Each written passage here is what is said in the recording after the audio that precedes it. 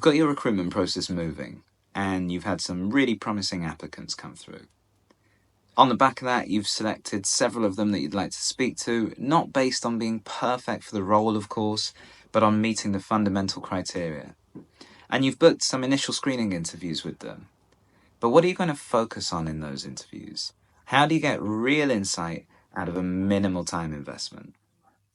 The shortest amount of time that you should be scheduling an initial interview for is 30 minutes. Anything less than that, and neither party will get much out of it. Now, in an ideal world, you'd probably give it 45 minutes to an hour, but even at 30 minutes, if you interview 6 candidates, then you're already up to 3 hours, and that's just from the calls themselves. When you add to that the prep time, making and reviewing notes, and then deciding who you're going to progress, well, you're already heading towards significant amounts of time invested. But if you're organized and you're well prepared, then 30 minutes should be enough. Here's the formula I've developed for making that time count. The first thing to do, and this is before any of the calls take place, is to be really clear on the purpose of these initial screening calls, which is simple: deciding which of these candidates is worth investing more time into. You will not get a full career history, a deep understanding of their psychological makeup, and a thorough examination of their motivations and values in this time. That can all come later. All you're trying to do is to choose the top 3 or 4 candidates that you want to commit to getting to know better. And that means you don't need to know everything, just the most relevant information. So start the conversation by giving a brief, and I mean 1 to 2 minute, overview of the company, the role, and your position. That'll provide context for the candidate and should make their answers a little bit better. Then you can ask them about their current situation and why they're interested in this position and in your company. And their response to that will tell you a lot about what's important to them. But it'll also provide you with plenty of information that will help you to sell the role to them should you decide that they're someone you want to pursue. Alongside that, you'll usually start to get a sense of how well their priorities and values might fit with your company's.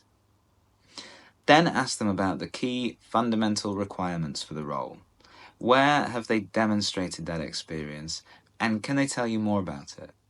Now, the likelihood is that you'll have seen it on their CV, which is why you're talking to them, so really you're looking for clarification and some further detail here.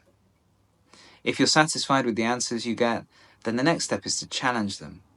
Ambitious, high-achieving people respond well to being challenged, and they want to feel like they've earned their progress to the next stage of the interview process. We've found that if you make it too easy for them, then their level of engagement in the process actually decreases. So talk about one of the things that you think will be a core challenge in the role, or something that you know will be particularly difficult about it. Ask them how they feel about that and how they'd approach it. Now, this question's a really good way to test A, how interested they are in the role, and B, how they'd approach challenges, and it'll also give them a realistic sense of what the position's really going to entail. Now, assuming you're happy with the responses you've had so far, move on to logistics. Check where they live compared to where the role is, that the hours are okay with them, and, anything else that you think you need to consider. It's useful to get these practical things out of the way early so that both you and the candidate don't spend more time on this, on a job that just won't be feasible for them. And it's very respectful of everyone's time. For candidates that you like, finish up the conversation by telling them why you think the role would be a good fit for them, what the next steps will be, and when those next steps will be confirmed. Then, before you end the call, give them the opportunity to ask any questions that they have. Make sure you've left at least 5 minutes for this. It takes a little bit of practice to get this interview structure slick so that you can consistently fit it all into 30 minutes. And even when you're good at it, you'll probably find yourself running over from time to time, and that's okay. But the key is to be as effective as possible. And it's really important to bear in mind that you'll have an opportunity to get into more depth in the later stages of the hiring process. Write out your questions in advance, head into the call ready to dive straight in, and good luck with your interviews.